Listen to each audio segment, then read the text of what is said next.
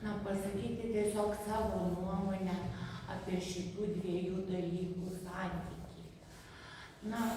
Ir man jis labai paprastas. Filosofas yra tas, kuris tiesos neturi, kuris jos ieško. Galbūt ir jis pateikia mozaiką, galbūt jis ir tikisi, kad mes taip pat klausytojai įdėsim savo minties darbo ir iš jo pateiktų idėjų pasidarysim savo minties galia, savo naudingas išvadas. Teologas paprastai, bent jau pačias esmines tiesas žino, jomis neabejoja, o jeigu kažkas tai jomis abejoja, tai jį laiko, tokia menkesnė, apgailėtina būtybė. Čia mano tokia nuomonė.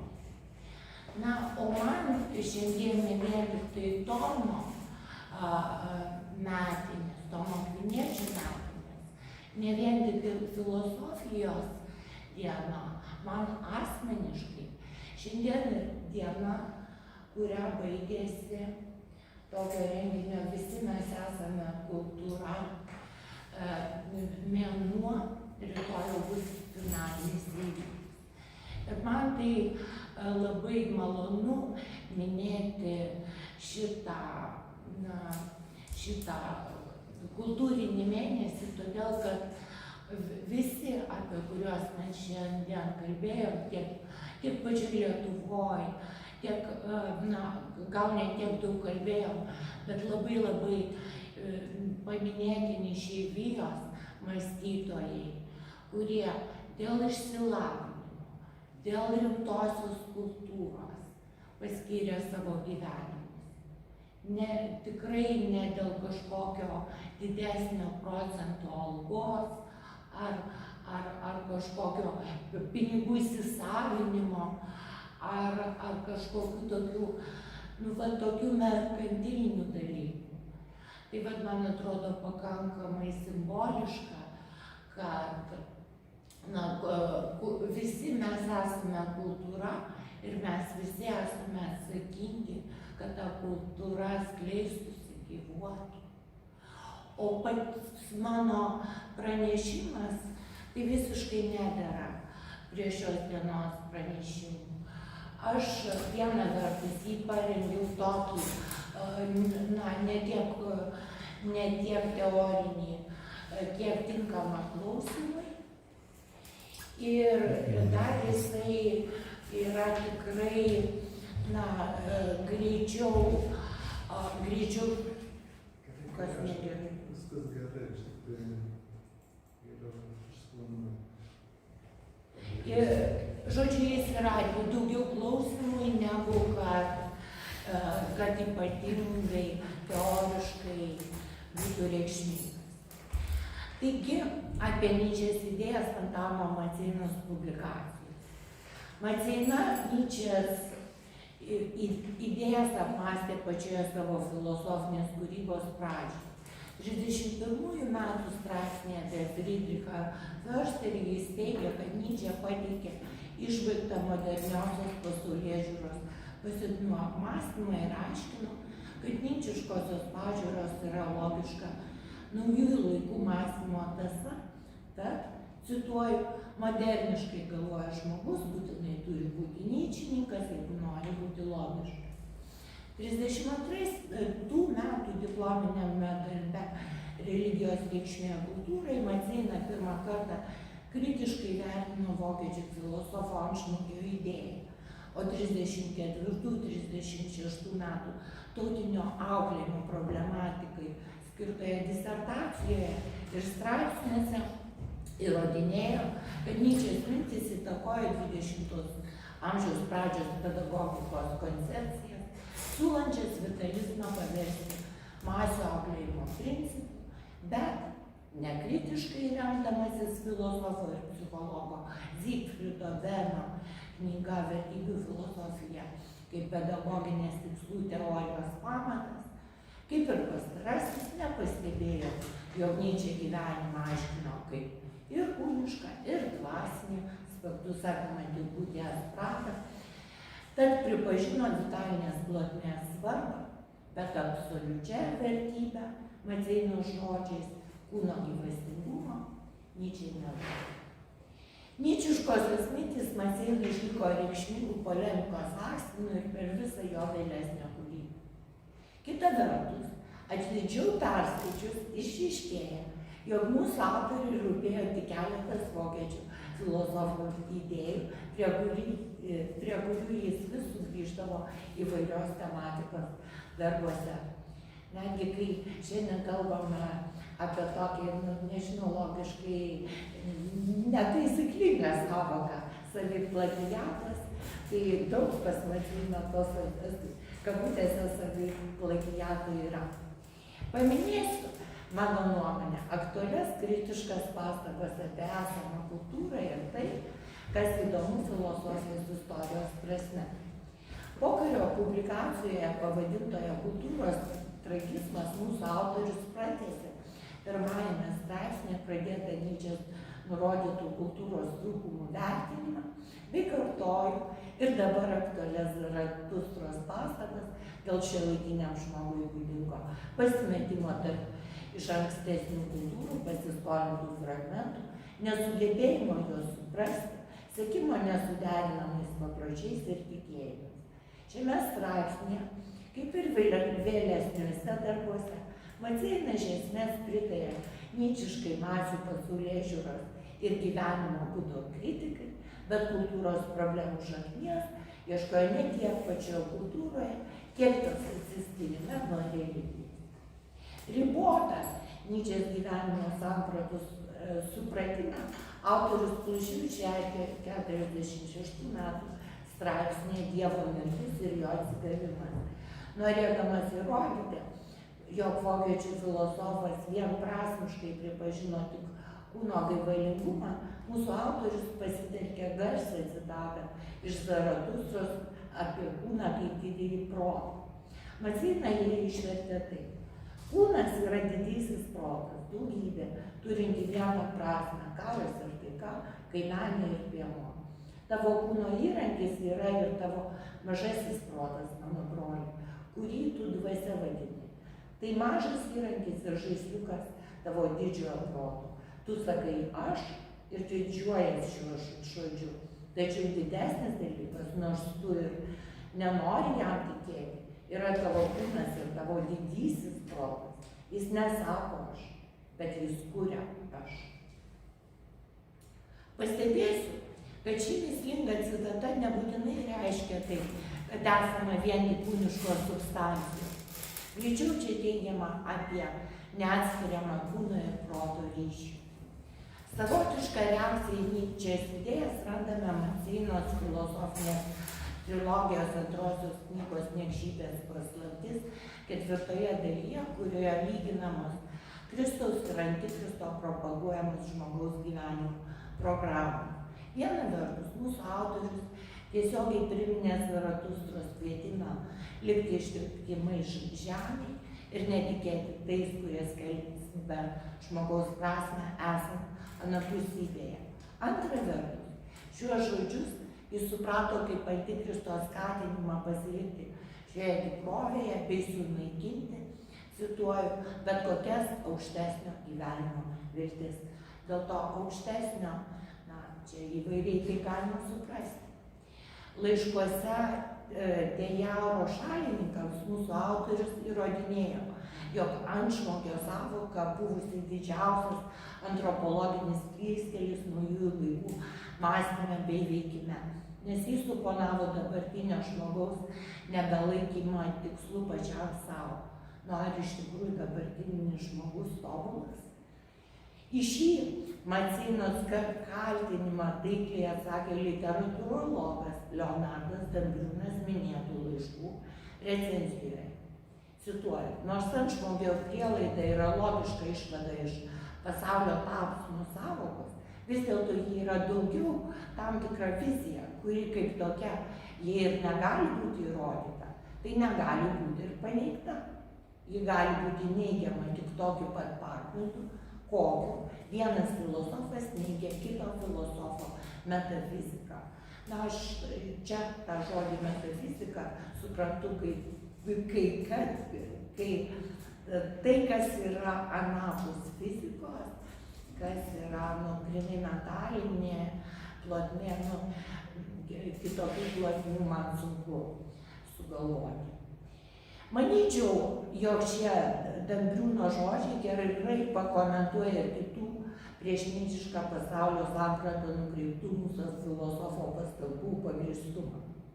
Daugiausia dėmesio Macina skyrė daugeliui lietuvių autorių rūpėjusiai linksmame moksle pateiktai bepročio aikštėje skelbiančioje Dievo mirtį alegorijai ir haidegeriškai jos interpretacijai.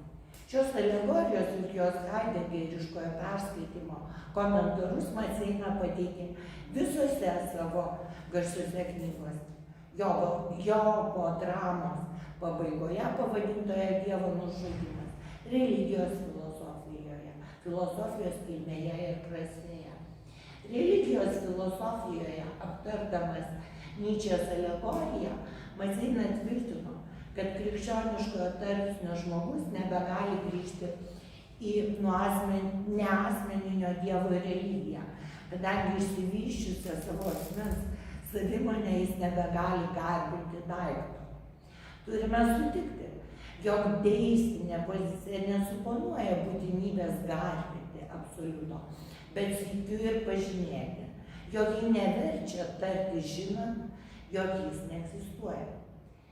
Filosofijos kilmėje ir prasmėje Maceina liūdnai pripažino, kad dabartiniu metu įsigalėjus mokslui nebeįmanoma ieškoti Dievo, bei kad nyčiškoje alegorijoje aprašyto turgaus minia nebemąsto haidegeriškų terminų, jos mąstymą yra pakeitęs pliaupalas, tad vienintelis mąstytojas buvęs ją nesėkmingai kreipęsis beprotis. Teologinių studijų trilogijos pirmoje dalyje Saulės giesmė Maceina originaliai supriešino Švento Pranciškaus skaidros ir džiaugsmo giesmę ir Nyčės alegorijos bepročio rekviem, liūdesio, gėlos ir šiurpo giesmę. Bepročio ėjimą ieškoti Dievo su žibintu rankoje Maceina minėjo ir paskutinėje teologinės trilogijos dalyje Dievo avinėlis. Čia jis tai siūlė suprasti kaip pripažinimą, jog net ir Dievo egzistavimo nykimas tesąs nevaisingas jo ieškojimas. O patį pirmąjį kartą Nyčės ir Haidegerio idėjas apie Dievo mirtį Maceina analizavo 50 metų straipsnio Smūgis vertybių filosofijai. Jame autorius visiškai pagrįstai teigia, kad Haidegeris siūlė suprasti visų vertybių pervertinimą kaip norą vietoje būties pastatyti vertybę ir tuo būdu būti palenkti žmogaus vilens surmachą. Mūsų autorius pritarė Nyčės žodžių Dievas mirė interpretatoriaus nuomoniai, kad Dievo pavertimas aukščiausią vertybę buvo kraštutinio žmogaus susireikšminimo padarinys. Ir kartu su juo tvirtino, jog Dievo nužudymas, kaip viso ankstesnio metafizika paremto horizonto eliminavimas, reiškia žmogaus įsitikinimą, kad ne Dievas, o tik jis pats esąs būties viešpats, o ne jos sargas. Šie Maceinos įsitikinimai lėmė išeivijos filosofijos istorijos reikšmingą jo polemiką su kunigu Andriumi Baltiniu dėl pačios vertybės sampratos, jų požiūrių į Dievą kaip aukščiausią vertybę išsiskyrimą. Priminsiu, jog Baltinio filosofijos daktaro disertacija buvo apie Makso Šelerio religijos filosofiją, o savo publikacijose jis siekė papildyti aristotelinę tomistinę tradiciją šeleriškos vertybių filosofijos idėjomis. Maceiniškai nepritarimą Baltiniui vainikavo jam skirtas nekrologas, pavadintas Bičiuliai vainiko vietoje. Jame, pritardamas Haidegeriui, Maceina ginčijo Baltinio nuostatą, jog netikėjimas, kad žmogus pajėgia vertinti Dievą, o tikėjimas, jog pats žmogus esąs būties centras, yra Dievo žudymas.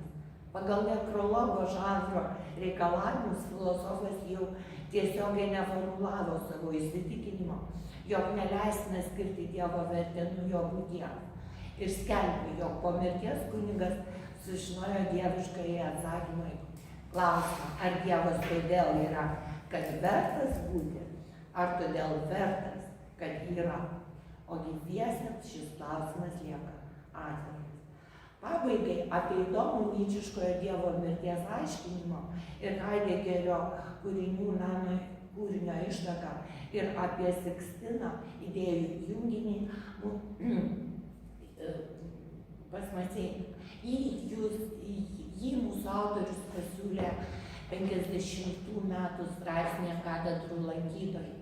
Perimdamas Nyčės alegorijos bepročio mintį, jog bažnyčios virto Dievo antkapiais, Maceina aptarinėjo turistiškos nuostatos anksčiau sakralinę paskirtį atlikusių paminklų atžvilgių įsivyravimui. Ir nors tiesiogiai Haidegerio neminėjo, įjungė jo kritišką požiūrį į visos esamybės suobjektinimą, pavertimą vien žaliavą dabartinio žmogaus poreikių tenkinimui ir visiškai tiesiogiai įsitikinimą, jog sakralinio kūrinio buvimas yra priklausomas nuo jį supančios aplinkos. Perfrazuodamas Nyčės alegorijos beprotį, mūsų autorius klausia, kodėl žmogui nebus leista, cituoju, paversti šį viešpaties namų meno kūrinių ir juos lankyti pravažiuojant arba šeštadienio popietėmis. Ir konstatavo, kad, cituoju, visos anos didžiosios katedros, neišskiriant nei 4 Romos bazilikų, jau yra paverstos meno kūriniais. Jos traukia mus į save ne dieviškąją, bet žmogiškąją savo pusę. Jas mes lankome ne Dievui pagarbinti, bet žmogui nusistebėti. Man būtų smalsu sužinoti, kaip Maceina vertintų atvirkščią procesą. Anksčiau sumuziejintos Hagijos, Sofijos, o vėliau mečetės atvertimą veikiančią islamo šventyklą. Ir apibendrinam Maceinos nyčiškųjų idėjų vertinimus, aš noriu pripažinti, jog mūsų autoriaus požiūris į vokiečių filosofą beveik nesikeitė. Jei pačiuose pirmuose savo darbuose jis tik konstatuodavo, jog Nyčė paskatino vitalizmo sklaidą pedagogikoje, tai 47 metų ir vėlesniuose pateikdavo griežtą, net ne visada pagrįstą nyčiškų minčių kritiką.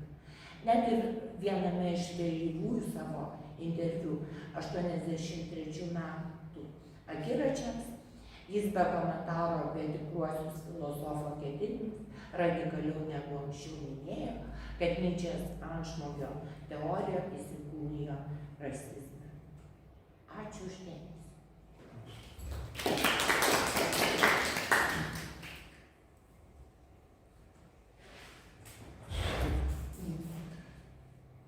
Norėjau paklausti tokį dalyką. Kažkaip dabar mūsų yra įsigalėjęs tokia labai vos net kaip dogma, kad filosofas negali nieko žinoti, kad jis gali tik tai klausti. Ir kad, absoliučiai yra tos kaip ir kažkoks visiškai pasmerktas nelaimėlis, kuris, tarsi negali turėti jokio tvirtesnio pagrindo ir privalo vos nebūti tokia amžinoje abejonėje. Kai aš tyrinėjau tokį Rusovą ir sakė, kad nesąmonė nėra taip. Žmogui čia nebūdinga tokie dalykai. Čia yra nei šis, nei tas. Ir reikia ieškoti tiesos ir kažkaip stengtis ją rasti ir džiaugtis kažką tai suradus panašaus. Kažką panašaus sako, kas yra vis, kad reikia išminties. Filosofija turi kažką bendro ir su išmintim.